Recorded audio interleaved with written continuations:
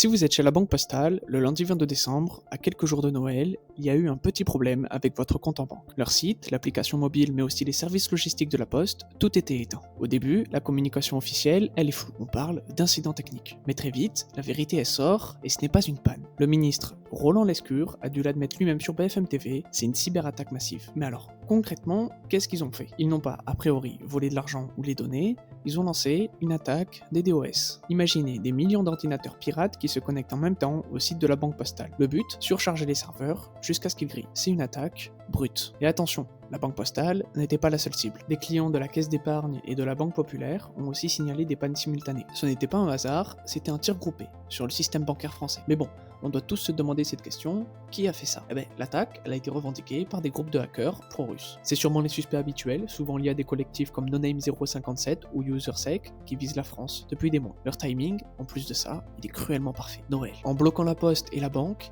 ils ne visent pas l'État, ils visent votre quotidien, vos cadeaux, vos virements de fin d'année, tout ça quoi. C'est une stratégie de fatigue. Ils veulent que vous perdiez confiance en vos institutions. Et peut-être en rassurer plus d'un, le gouvernement, il a assuré que aucune donnée personnelle n'a fuité. Et c'est probablement vrai pour cette fois. Mais attention, ne vous y trompez pas, c'est sûrement qu'un avertissement. Si des hackers peuvent éteindre une banque systémique et le service postal national pendant 48 heures, simplement en envoyant du trafic, imaginez ce qu'ils pourraient faire s'ils décidaient de rentrer dans le système pour effacer les comptes. Bon, cette panne de Noël, c'était pas un bug.